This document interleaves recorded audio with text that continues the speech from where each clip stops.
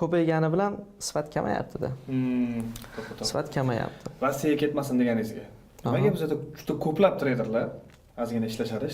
Sal nomi chiqqandan keyin yo Dubayga, yo Rossiyaga, yana qaysidir davlatlarga O'zbekistondan chiqib ketishadi. Sabab nima? Sabab men fikrim bo'yicha yangiliklar izlab bo'lishi mumkin.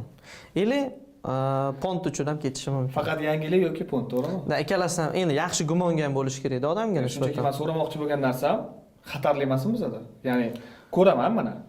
Ko'pchilik yo qamalib ketadi, yo nimadir bo'ladi.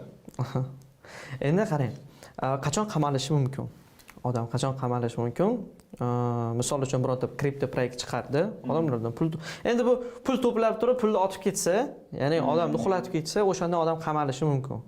Agar to'g'ri ishlaydigan bo'lsa, o'zini nima desam ekan, investorlari bilan to'g'ri ishlab, ya'ni halol ishlab, ularga risklarni tushuntirib, ular bilan